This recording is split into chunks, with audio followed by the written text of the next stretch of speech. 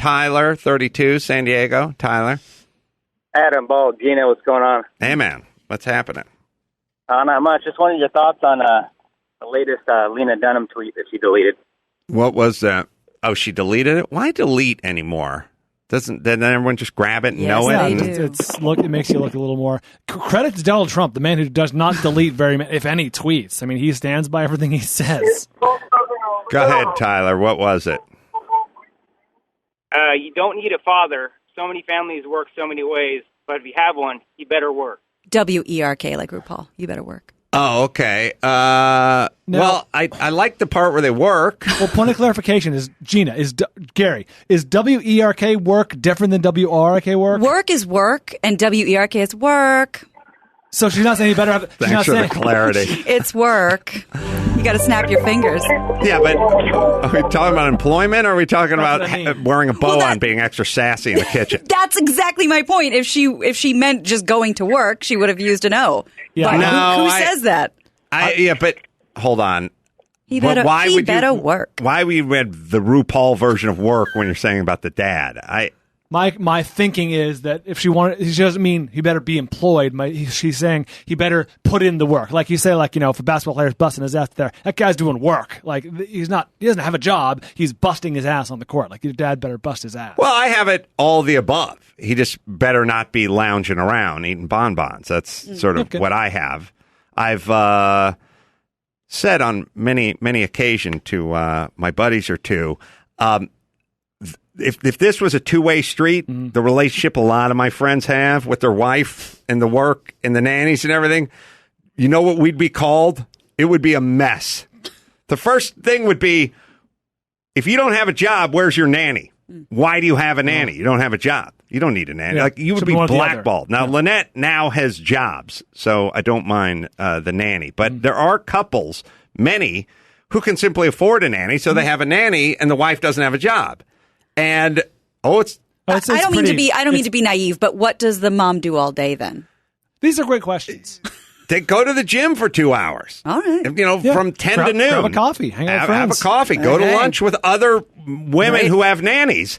And I'm saying we're all for, a fair and balanced. If you swap the roles, if Brian was just chillaxing, he's almost there. Almost there. But if Brian had a full-time nanny and didn't have to come here and was going to a Panera at noon and meeting me, I feel weirdly shameful. Yeah. You should. But Christy's friends would be talking her into burning your bed while you were asleep. My side of the bed? Your side of the bed. Or in the entire bed, but she would obviously have to evacuate the bed. She'd be working. There wouldn't be, different strokes for different folks. You'd be a fucking pariah. Yeah. That's what I'm saying. And it's not a two-way street when it comes to that. Not yet. We're not there. Ladies, you still have a lot of work to do before you become pariahs. True. Okay. So, the question... I don't know why she deleted that. I think it's reasonable. It's not controversial. She didn't want to shame... It sounds like she's trying not to shame the kids that don't have fathers. That's what it sounds like she's getting at. First off, you don't need a father's horrible advice. So many families work so many ways. Yes, there are so many families that work so many different ways.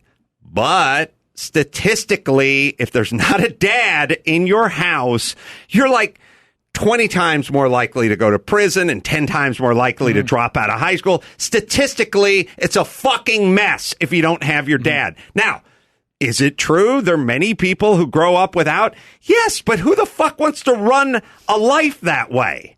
This sort of notion of like, hey, there's a lot of people who ride motorcycles with no helmet and with a slight beer buzz. And they're fine. They're fine. I know people have been on motorcycles with no helmet with a beer buzz and never got into an accident. They're fine. They're fine.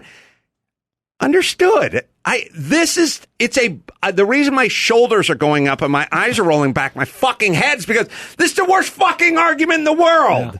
Especially for fucking politicians. Statistically, dad in the house is massive for families. You show me the groups that have less dads, I'll show you the groups with more crime, more poverty, more unemployment, more addiction, more abuse, more of all the things we don't want. And then you show me the groups with the highest percentage of dads hanging out, raising the kids, and I'll show you statistically the exact opposite of the first group. Okay, so we don't need a father. Untrue. We need a father. Can we get along without a father? In many cases, we can. Statistically, it's a huge fucking roll of the dice not to have dads there. And the reason I don't like these messages is because the less we have dads, the more we have all the aforementioned problems, and the further down the drain the society goes. Dad's got to hang out, raise the kids. We do not want to judge, and we don't want to say anything about it. And sure as fuck, Gavin Newsom's not going to bring it up. He's just going to bring it up. He's going to bring up the things which are check cashing places which pop up because dads aren't hanging around and raising the kids. Gary, do you have an article in there that somebody tweeted me? And the daughters, my God, the daughters need this more than the sons do. I do believe the sons are a bigger problem with society in terms of violent crime, but the daughters, according to this article in the Wall Street Journal, the link between detached dads and the risk taking girls, sexual behavior. Yeah, they go out and get pregnant earlier. Well, there is a silver lining. Hey, everybody! Her dad's living in Pocono Beach over there in enough about him.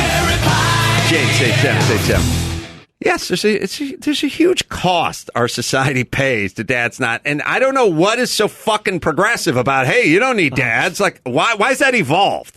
Why is that? Somehow we look at that as evolved. Yeah. Why is that evolved? Well, speaking of which, what just occurred to me, do you think Lena was kind of, she's in a bit of a bubble out there in New York, and when she grew up with very rich parents and all that stuff. Do you think she was alluding to like lesbian parents? Partly, sure. Probably. Yeah. And look, it's and got a little flack for the, single fam, like the stuff you're talking about. Right. So maybe 2 dads is twice as good. By that math, you're absolutely right. There's a distinct role that the mom and the dad play in a child's life. It's not been decided by God. It's been decided by nature. Those 2 roles work very well for kids. But much rather have no problem with the gay adoption, lesbian adoption, whatever it is. The best setup is the man and the female. And if you think, oh, well, it's just anti-gay or whatever. No, that's anti-nature. That's everywhere in nature. You have the papa bear and the mama bear. That's fine. That's the way we laid it out. Now, can we have 2 responsible males, 2 responsible females? Absolutely. Sure, I'm fine with that as well. It's the single one that's probably the worst. Also, for various reasons, when gay couples adopt, they've got their shit together. They're just the financial output. They got to be really successful. Everyone's insured. Everyone's living in a house with smoke detectors. Completely fine with that, and have no problem with it. And would prefer gay. I would prefer gays and lesbians adopt these kids rather than 5 kids and single mama trying to make ends meet. It's never going to work. So, but you do need dads, everybody. Better work. It's a good thing, and you can statistically just look at the numbers. And I don't want the isolated incidents of the person that grew up without the dad that's now on the board of Nabisco. Yes, that happens. The fact that you assholes bring this up all the time is somewhere north of retarded. And by the way, wouldn't work in any other field. Could you imagine that in aviation? Well, say, turns out, the plane can fly on one engine. So not all the time. It's, I think, pretty statistically evident that all 4 engines is really the way to go. Yeah, but there was a time. Yeah, you weren't there when I did. You weren't there, but one guy did land with one engine. Sure, in an emergency, you'd rather have one than none. Well, so then it's not. Then we don't need the 4 engines going. That's not what I'm saying at all. Stop engine shaming. Yeah, I find it a 2-engine aircraft is the way. It is ideal. It is. I think intellectually insanely dishonest for the people who go, well, but there are many times when it works out. Like, yeah, okay. There's many times when X doesn't equal Y. There's always many times, but it doesn't mean you don't follow the statistics and attempt to fucking correct it. the scariest part is now politicians are talking this way, and that scares me. Well, and to your point, I understand, like, if mom stuck around and did everything she could to raise the kid, I mean, kudos to her. She is a hero, especially to that kid. But why are we letting these deadbeat douchebags off so easily?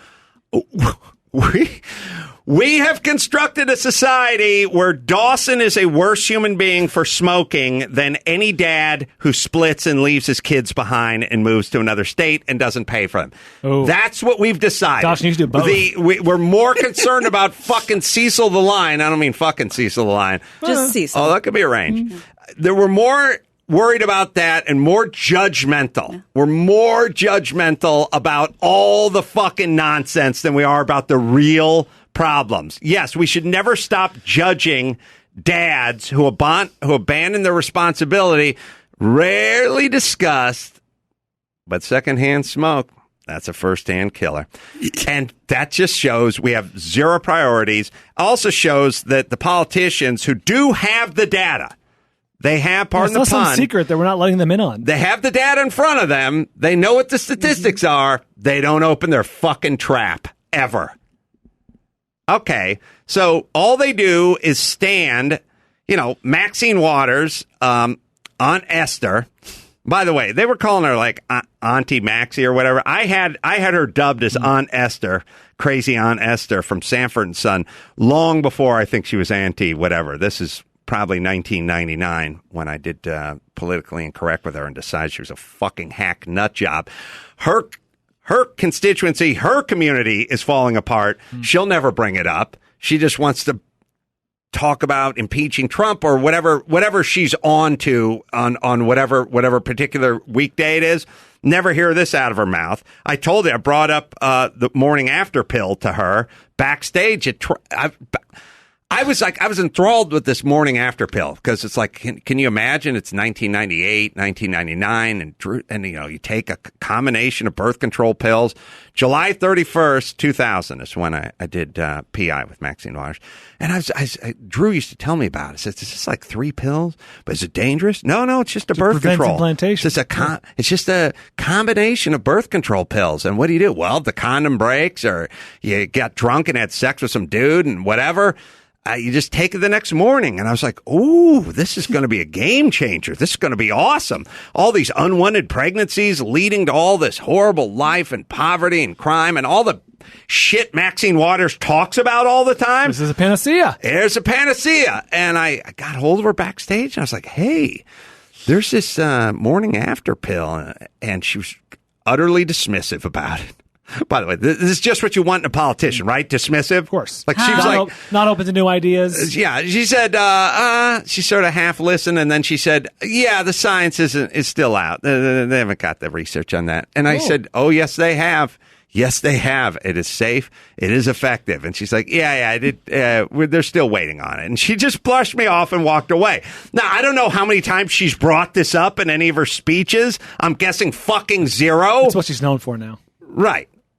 But instead, she's hanging out with one of the guys who threw the cinder block at Reginald Denny's head and visiting with the family because that's really going to help her constituency. It's been 17 years. You should bring it up to her again. Say, the science, is it in? Have you looked into it?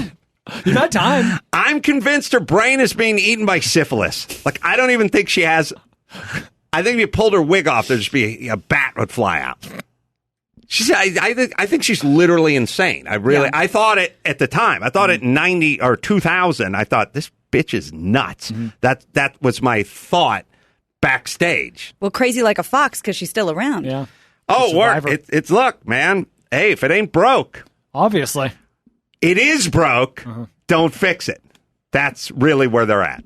All right, I'm done. Thanks. Have Tyler. fun with her. Why do you want her leading you? That's what I can never, ever figure out. Never, not done the math on her just leading everyone off a cliff. All right.